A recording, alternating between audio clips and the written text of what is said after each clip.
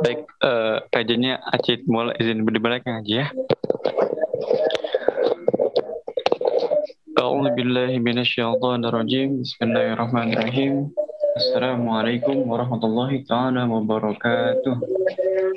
Innal hamdalillah wassalatu wassalamu ala Rasulillah Muhammad ibn Abdullah. La haula wala quwwata illa billah, amma ba'du. Pertama-tama, marilah kita panjatkan rasa syukur kita kepada kehadirat Allah Subhanahu wa taala yang telah memberikan kita nikmat sehingga kita dapat dipertemukan di hari Ahad pagi ini untuk mengaji kitab Al-Muhadzab pada pagi hari ini. Kedua, salawat serta salam marilah kita haturkan kepada baginda kita Nabi besar Muhammad SAW, yang mana syafaatnya kita nantikan di yaumil akhir nanti. Alhamdulillah, pada pagi hari ini jamaah Masjid An-Nahl sekalian, kita bertemu lagi dalam kajian virtual, kajian kitab Murajaah Kitab Kuning yang akan disampaikan langsung oleh guru kita Kiai Haji Deden Muhammad Makhyarudin. Untuk mengefektifkan waktu, kepada Gurunda Kang Haji Deden dengan segala hormat kami persilahkan.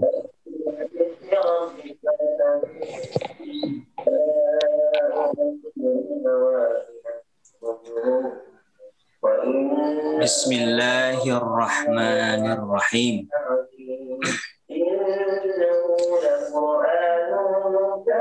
Assalamualaikum warahmatullahi wabarakatuh.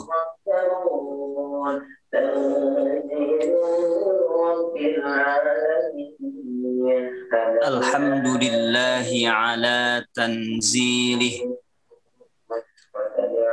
wassalatu wassalamu ala rasulih Sayyidina Muhammadin wa sahbihi wa alih. Amma ba'du.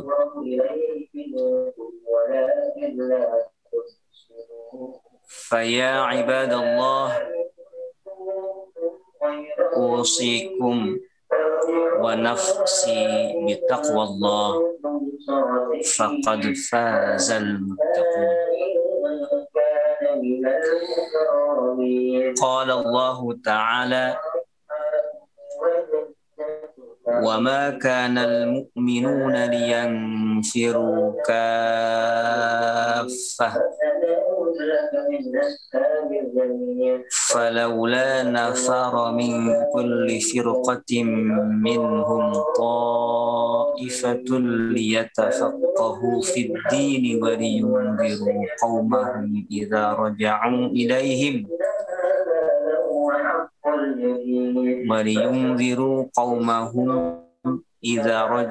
إِلَيْهِمْ لَعَلَّهُمْ يَحْذَرُونَ.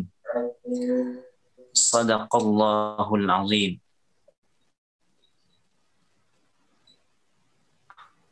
Bersama limpahan nikmat dari Allah pada pagi hari ini, kita masih bisa bernafas, menghirup oksigen dari Allah pagi hari, dan hembusan nafas kita dengan oksigen ini kita gunakan untuk mengabdi padanya, untuk beribadah kepadanya dalam rangkaian ibadah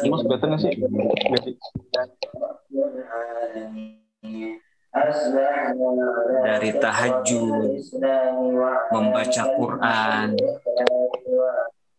kemudian sholat subuh berjamaah bagi yang sehat walafiat dan tentu dengan protokol kesehatan yang ketat. Semoga Allah Subhanahu wa Ta'ala ridho kepada kita pagi hari ini, diterima semua rangkaian amal soleh kita. Lalu amal terbaik manusia. Di antaranya adalah talabul ilmi, mencari ilmu. Dan ilmu yang paling penting untuk diketahui, untuk dipelajari adalah ilmu terkait ibadah kita sehari-hari yang disebut dengan ilmu fikih. Karena wa kullu man bi ghairi ilmin ya'malu, kata Ibnu Ruslan, a'maluhu mardudatun la tuqbal. Setiap amal, misalkan sholat, misalkan puasa, dan lain-lain, yang dilakukan tanpa ilmu, tata caranya yang benar, dilakukan tanpa tata cara yang benar. Tata cara yang benar adalah tata cara yang diambil dari Al-Quran, yang diambil dari Sunnah Rasulullah SAW. A'maluhu mardudatun, maka amal-amalnya sebanyak apapun ditolak, la tuqbalu, tidak diterima oleh Allah Subhanahu wa ta'ala. Ngaji kitab Al-Muhazzab yang dikarang oleh Imam Abu Ishaq Asy-Syirazi lebih dari 1000 tahun yang lalu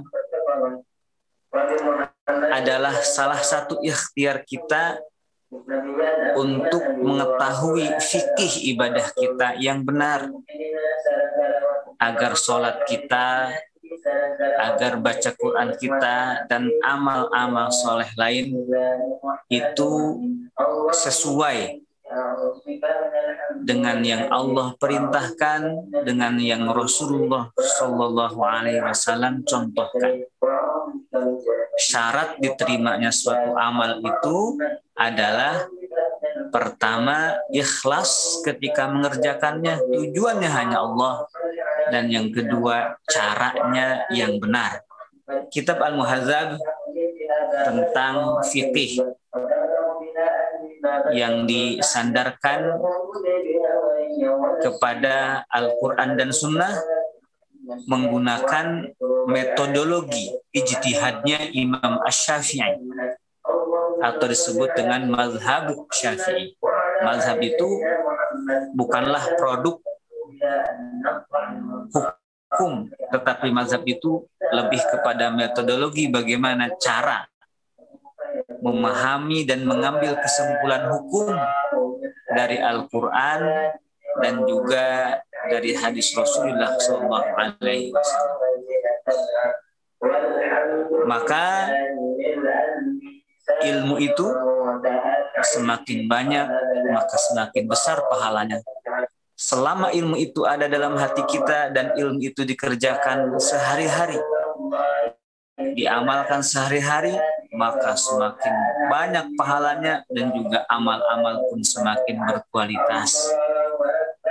Dan pengajian Al-Muhazzab kita pada pagi hari ini sudah sampai kepada halaman berapa ini?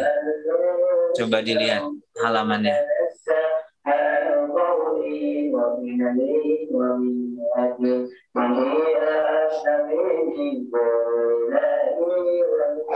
Halaman 65 Kang Haji. Halaman berapa? Halaman 65 Kang Haji. 65. Qala al-musannif rahimahullahu ta'ala wa nafa'ana bihi wa bi'ulumihi fid dunya wal akhirah. Faslun. Pasal ini adalah pasal terakhir dalam bab mandi besar. Fa in ahdasa wa ajnaba. maka jika ada orang batal wudu, wa ajnaba, selain batal wudu dia pun wajib mandi besar. Bagaimana? Apakah wajib wudu dan sekaligus juga wajib mandi? Ini pertanyaannya.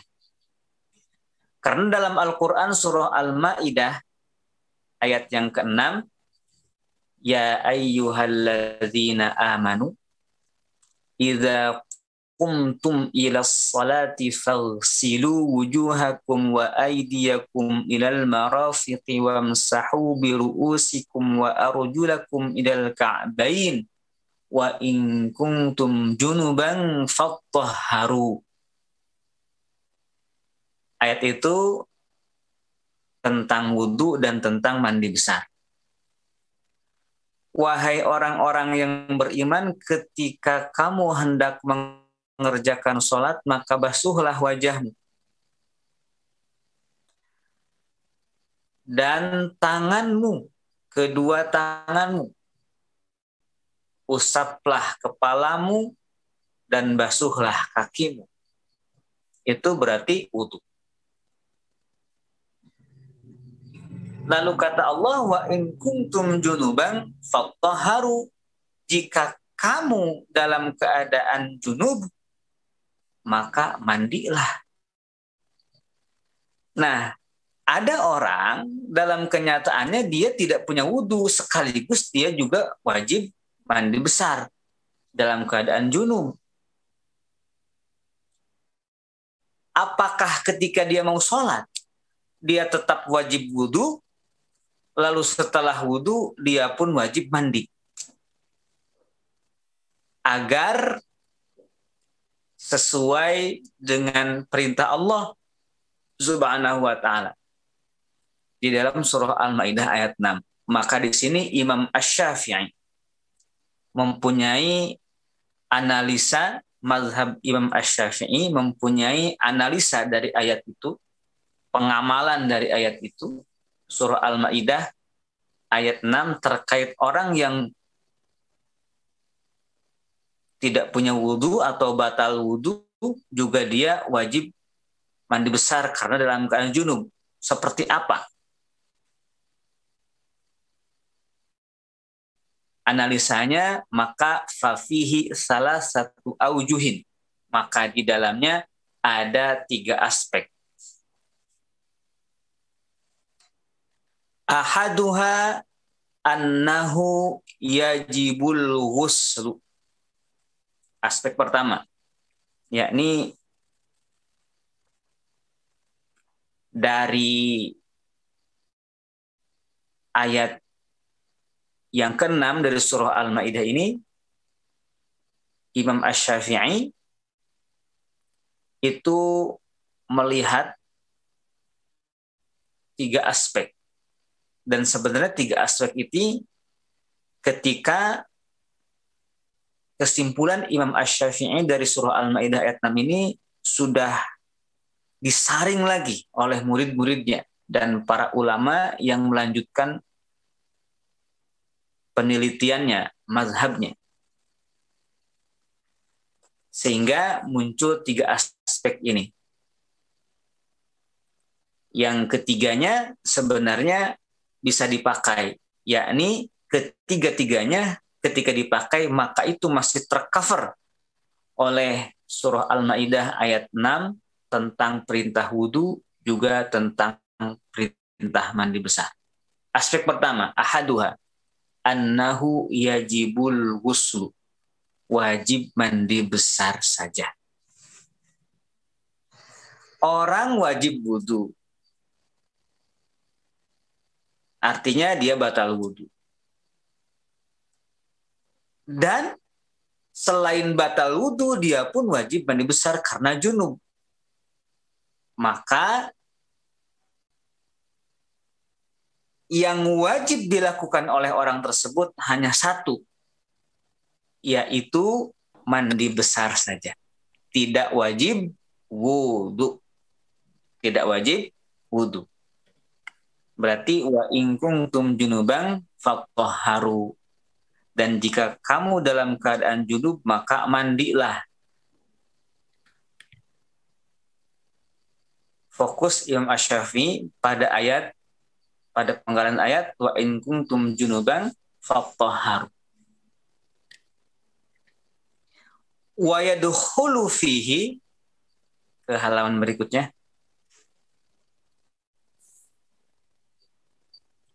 Al-wudu'u. Wa yadkhulu fihi al-wudu'u. Dan wudu sudah include di dalamnya, sudah masuk di dalamnya. Yakni yang wajib itu hanya mandi saja. Tetapi dengan mandi besar ini, wudu sudah selesai. Karena ketika dia mandi, maka semua anggota wudu itu terbasuh semua. Orang yang niat mandi besar, dan saat itu pun juga dia harus wudu, maka cukup dengan mandinya itu sudah mengcover wudunya. Cukup saja mandi. Wudu tidak wajib, karena wudu sudah tercover oleh mandi itu. Wahuwal mansusu fil ummi. Aspek yang pertama ini adalah yang ditemukan teksnya di dalam kitab karangan Imam Asy-Syafi'i. Al-Mansus itu ditemukan teksnya secara jelas di dalam kitab Karena Imam Asy-Syafi'i itu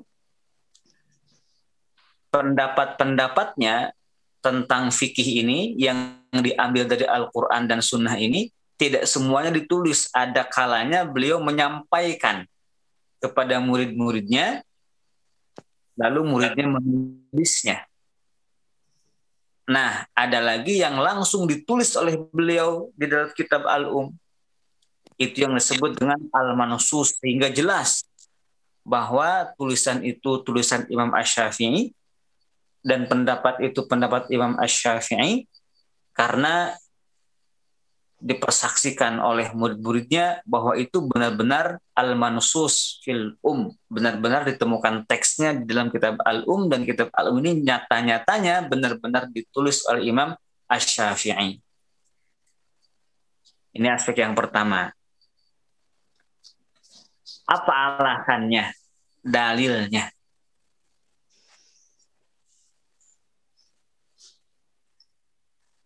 Li'annahuma, ini dalilnya, toharotan, karena wudu dan mandi besar adalah dua bersuci, dua aktivitas bersuci. Fatada kholata, maka keduanya saling memasuki.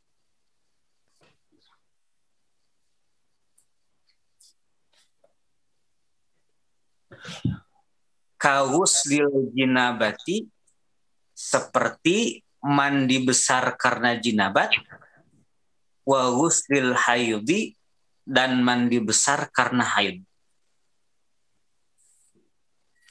Misalnya, ada seorang perempuan, saat itu dia sedang jinabat, artinya wajiblah mandi besar. Karena dia jinabat, si perempuan itu. Sebelum dia mandi, tiba-tiba datang haid.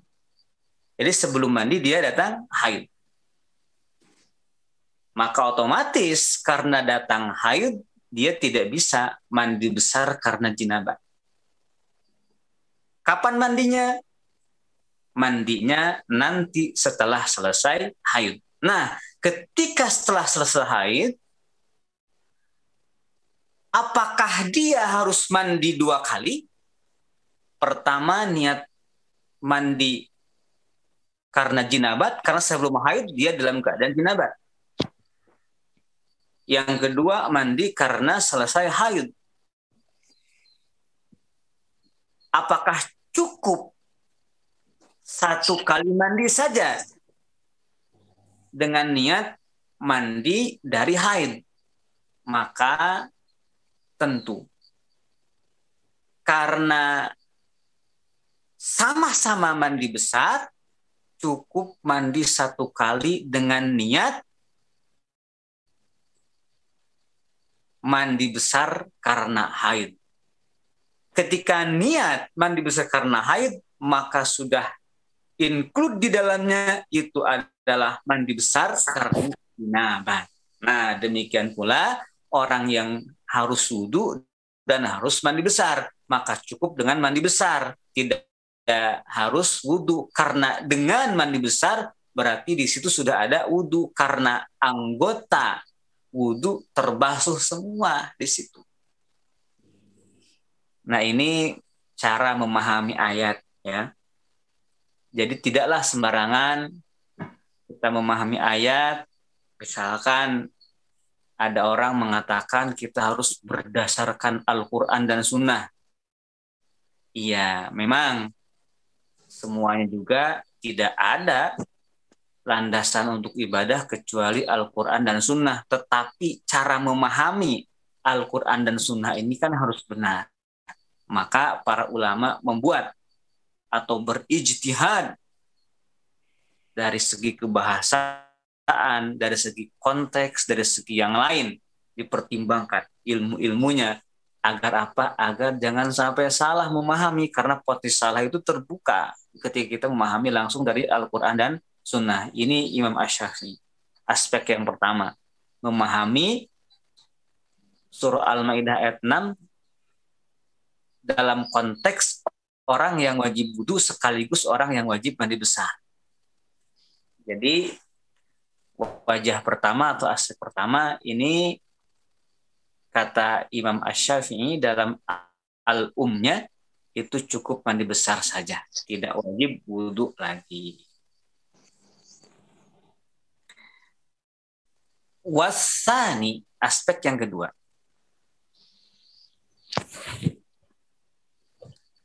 Annahu yajibu alaihi al-wudu'u wal ghuslu.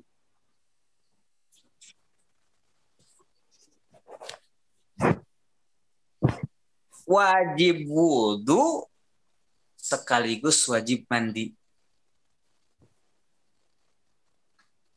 Ya, ini aspek yang kedua. Nah, kita mau ngambil yang mana? Yang jelas dua-duanya ini hasil atau kesimpulan dari surah Al-Maidah ayat yang ke-6. Dalam kasus orang yang seperti ini, dia wajib wudu sekaligus wajib mandi besar. Berarti orang yang wajib wudu dan wajib mandi besar, ketika dia mau sholat, dia wajib wudu dan dia wajib mandi besar. Wudu dulu, setelah wudu dulu wajib, kemudian mandi besar. Li'annahuma haqqani mukhtalifani. Karena wudu dan mandi adalah dua hak yang berbeda. Yajibani, yang dua-duanya sama-sama wajib. Wudu dan mandi berbeda dan dua-duanya sama wajib. Bisa baba ini mukhtalifah ini. Yang kedua-duanya menjadi wajib itu dengan dua sebab yang berbeda. Sebab yang mewajibkan wudu beda dengan sebab yang mewajibkan mandi. Falam yatadakhal ahaduhuma fil akhari.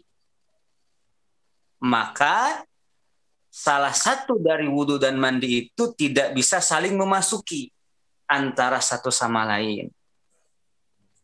Ketika wudu belum tentu mandi, artinya tidak include di dalamnya mandi, dan ketika mandi juga tidak include di dalamnya adalah wudu. Karena wudu dan mandi itulah dua hak yang berbeda, yang dua-duanya wajib dengan sabab yang berbeda, penyebabnya berbeda. maka terpisah. Oleh karena itu orang yang seperti itu menurut aspek yang kedua ini, orang yang seperti itu yakni dia wajib wudu sekaligus wajib mandi besar, dia harus wudu, dia wajib wudu, kemudian dia juga wajib mandi. Contohnya seperti apa? Kahaddiz zina wassariqati. Hukuman berzina dan hukuman mencuri. Ada orang berzina sekaligus mencuri. Berzina itu hukumannya 100 kali cambuk. Dan mencuri itu dipotong tangan. Jadi ada satu orang punya dua pelanggaran. Pertama zina, hukumannya adalah 100 kali cambuk. Yang kedua mencuri, hukumannya adalah potong tangan. Maka ketika hukum ini ditegakkan, tidaklah kemudian bagus ya. Ketika kan dimatiin kalau ini mereka benci. Ketika hukuman zina ditegakkan, apakah kemudian dia tidak perlu potong tangan? Dia sudah dicambuk 100 kali karena berzina, apakah dia jadi tidak harus potong tangan? Tidaklah demikian. Tetap meskipun dia sudah dicambuk 100 kali karena hukuman zina, karena dia berzina, maka dia pun juga harus dipotong tangan. Kenapa? Karena zina dan sariqah dan mencuri adalah dua pelanggaran yang berbeda dan hukumannya pun juga berbeda. Ataupun kemudian ketika dia telah dipotong tangan, apakah dia tidak dipukul 100 kali? Tetaplah dia harus dipukul 100 kali. Dipotong tangan iya, dicambuk 100 kali juga iya. Karena zina dan mencuri ini adalah dua pelanggaran yang berbeda, dua hak yang berbeda dengan sebab yang berbeda dan hukumannya pun juga berbeda. Maka tidaklah kemudian ketika salah satu dari keduanya hukuman yang dijatuhkan, yang satu lagi include. Tidaklah demikian. Sama halnya juga di sini dengan orang yang wajib wudu juga wajib mandi. Maka bagi dia menurut aspek yang kedua ini ya begitu. Dia wajib mandi, dia wajib wudu. Kenapa? Karena wudu dan mandi ini dua hak yang berbeda, kewajiban yang berbeda, dengan sebab juga yang berbeda. Ketika wudu tidak include di dalamnya mandi, ketika mandi tidak include di dalamnya adalah wudu. Nah, ini juga kemudian pahamnya aspek yang kedua pun masuk akal. Padahal ayatnya itu aja. Padahal ayatnya itu aja, yaitu surah Al-Maidah ayat 6. Wassalisu.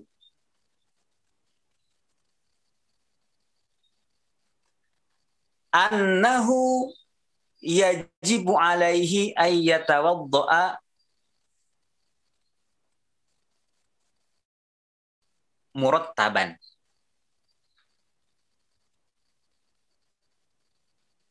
Wa yaghsila sa'iral badani. Aspek yang ketiga. Orang yang wajib wudu sekaligus wajib mandi besar.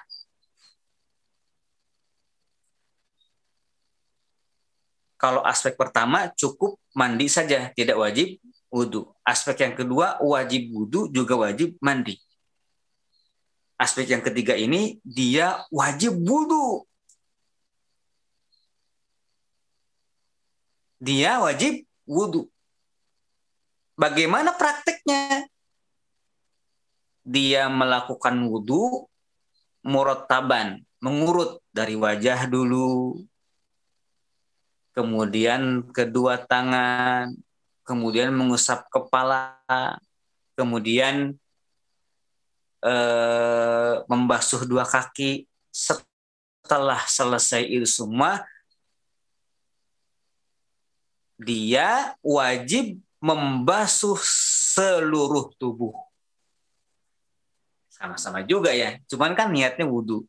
Ya, niatnya wudu. Di awal niatnya wudu dengan berurutan sebagaimana biasanya, lalu setelah itu dia menyiramkan air ke seluruh badannya. Kenapa demikian? Li'annahuma muttafiqani fil ghusli wa mukhtalifani fit tartibi. Karena wudu dan mandi itu adalah sama-sama membasuh.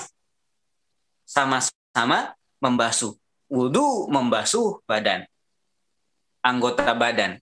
Mandi pun juga membasuh anggota badan, membasuh badan. Sama-sama membasuh. Hanya saja wa mukhtalifani fit tartibi. Membasuh wudu dan membasuh mandi itu berbeda dalam urutannya. Kalau wudu itu ada urutannya dari wajah, kemudian tangan, kepala, kaki. Sementara membasuh dalam hal mandi itu boleh dari mana saja. Famattafaqa fihi tadakhala wa makhtalafa fihi lam yatadakhala. Maka basuhan yang sama antara wudu dan mandi maka include di dalamnya.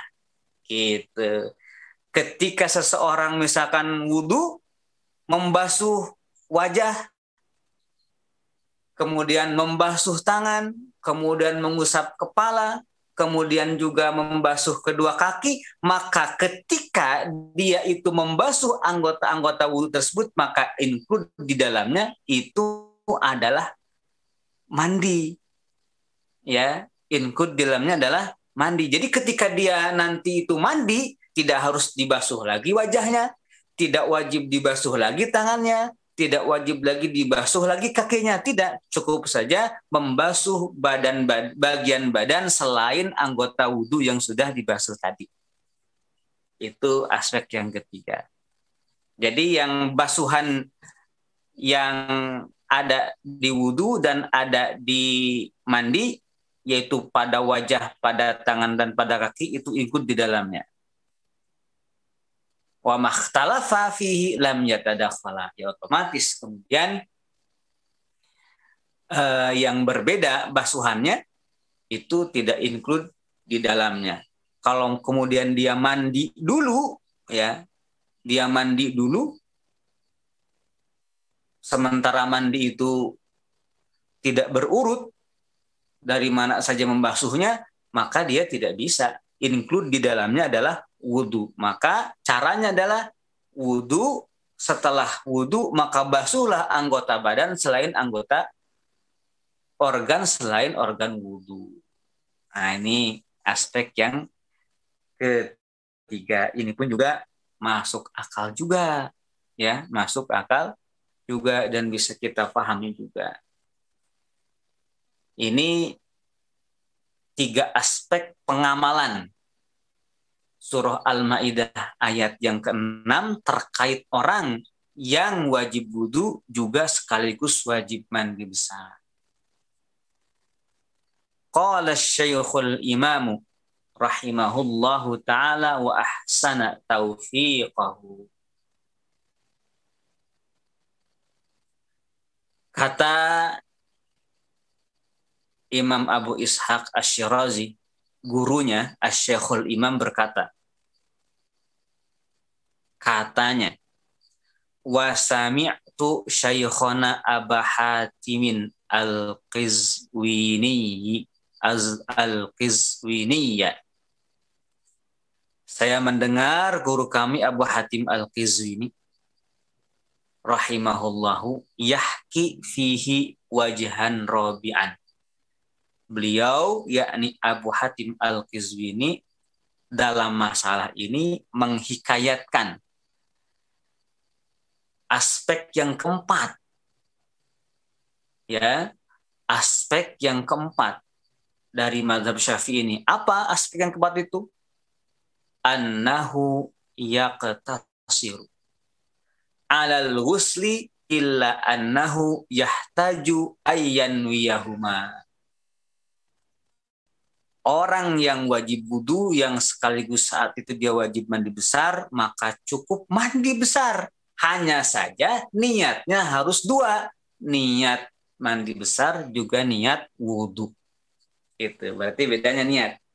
Kalau aspek yang pertama kan cukup mandi besar. Tidak harus niat wudhu. Niat mandi besar saja. Kalau ini cukup mandi besar saja. Tidak harus wudhu. Cuman ketika mandi besarnya harus niat dua. Yaitu niat mandi besar dan niat wudhu. Katanya begitu. Wa wajhuhu annahuma, apa dalilnya? Ibadatani mutajanisatani sura wa kubra fadakhalat as-sura fil kubra fil af'ali dunan niyati kal haji wal umrati. Karena wudu dan mandi besar adalah dua ibadah yang saling menyesuaikan, yang saling sesuai. Yang satu ibadah kecil, yaitu wudu, yang satu ibadah besar, yaitu mandi. Maksud ibadah kecil dan besar ini bukan ibadah yang kecil, ibadah yang besar, tetapi memang basuhan airnya ada yang sebagian badan, ada yang seluruh badan. Maka disebutnya wudhu itu sugro, ibadah sugro, kemudian mandi besar disebut ibadah kubro, dan hadasnya pun juga yang menyebabkan wudhu disebut hadas kecil, hadas asghar, yang menyebabkan mandi besar itu disebut hadas akbar, hadas besar. Karena dua ibadah ini saling menyerupai,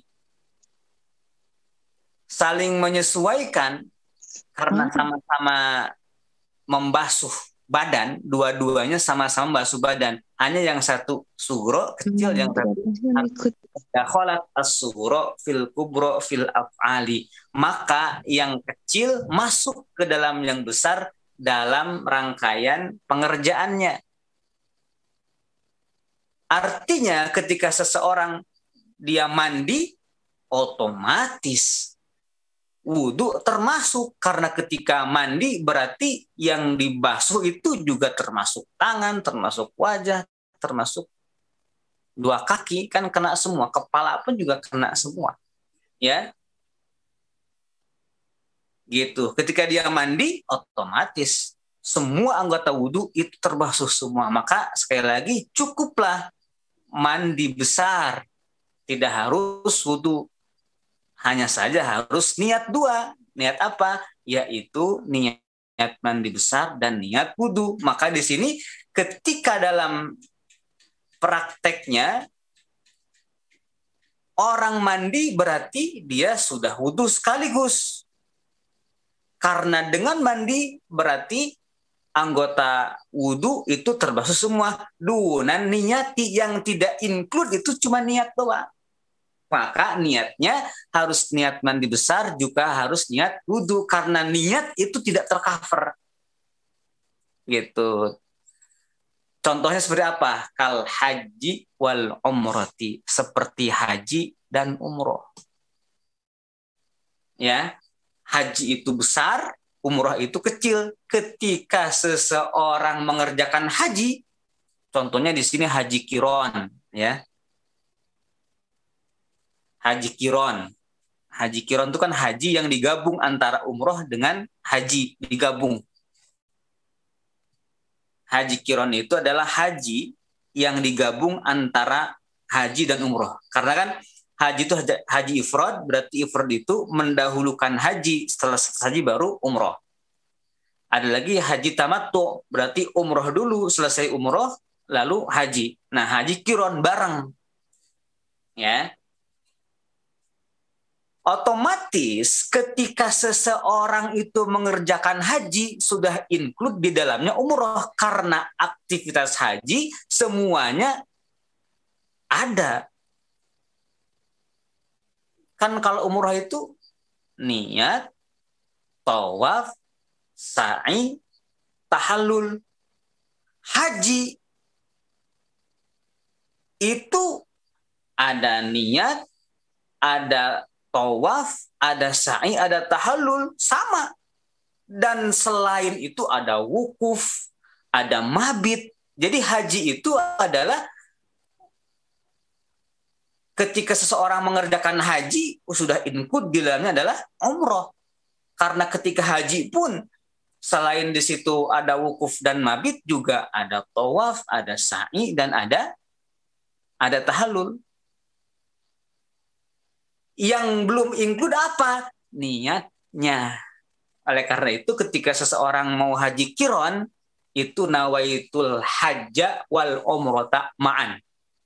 Niatnya. Saya niat haji dan niat umroh sekaligus. Tuh.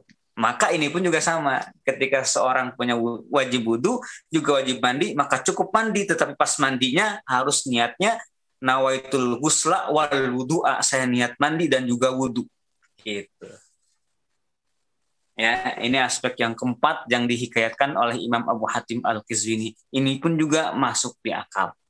Bisa tercover keempat aspek pemahaman ini, tercover semuanya oleh surah Al-Maidah ayat yang ke-6. Silahkan. Ya. Fa in tawadda'a minal hadasi tsumma dzakara annahu kana junuban awil tasala minal hadasi tsumma dzakara annahu kana junuban ajza'ahu ma ghassala minal hadasi anil jinabati li'anna faradul ghusli fi a'dha'il wudu'i minal jinabati wal hadasi wahidun. Jika ada orang wudu dari hadas kecil, kemudian dia ingat bahwa dirinya itu juga sedang junub,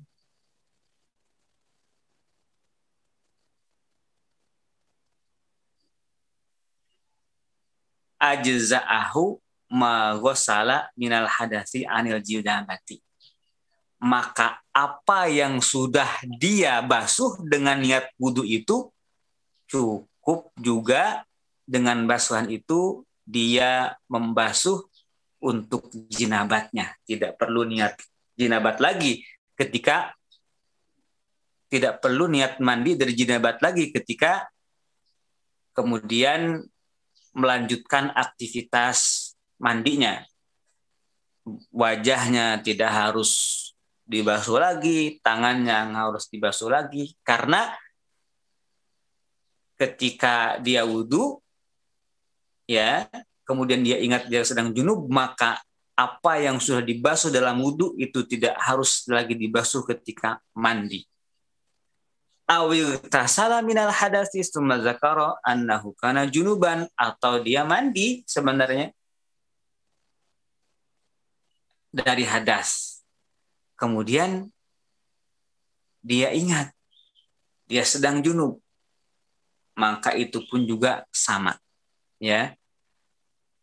Maka itu pun juga sama, apa anggota tubuh yang sudah dibasuh dengan niat hadas, maka itu sudah mengcover juga untuk yang junub. Kenapa? Karena kewajiban mandi, kewajiban membasuh anggota wudu, baik dari jinabat maupun dari hadas, wahidun adalah sama, itu juga adalah satu. Jadi baik karena hadas maupun baik karena jinabat, maka basuhan itu sudah mewakili kedua-duanya. Wabillahi taufiqu, ini penutup ya, hanya kepada Allah taufik itu. Kita minta taufik, yakni taufik itu adalah diberikan kemampuan untuk menerima hidayah dan juga diberikan kemampuan untuk mengerjakan ibadah. Wabillahi at-taufik. Silakan dari 4 aspek ini mau mana yang dipakai. Maka keempat-empatnya itu sudah sesuai dengan makna surah Al-Maidah ayat yang ke-6 tentang perintah wudu dan tentang perintah mandi besar dalam kasus orang yang saat itu dia wajib wudu juga dia wajib mandi besar. Silahkan. Baik, mudah-mudahan pada pagi hari ini kita semua dalam keadaan bisa diberikan oleh Allah Subhanahu wa taala pemahaman dan kemampuan untuk mengamalkan ilmu dan pemahaman itu. Amin ya Allah. Amin ya Allah ya rabbal alamin. Baik. Terima kasih. Wallahu a'lam. Wassalamualaikum warahmatullahi wabarakatuh. Waalaikumsalam warahmatullahi wabarakatuh. Alhamdulillah. Kajian kitab Murajah Kitab Kuning, pembahasan kitab Al-Muhadzalah telah selesai.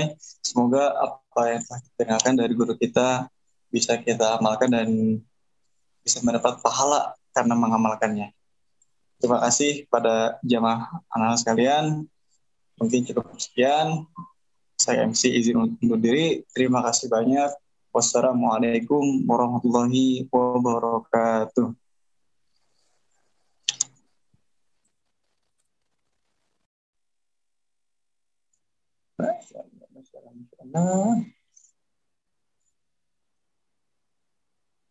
Oke, next kita ganti kajian, gengs. Enggak, si Jake. Enggak.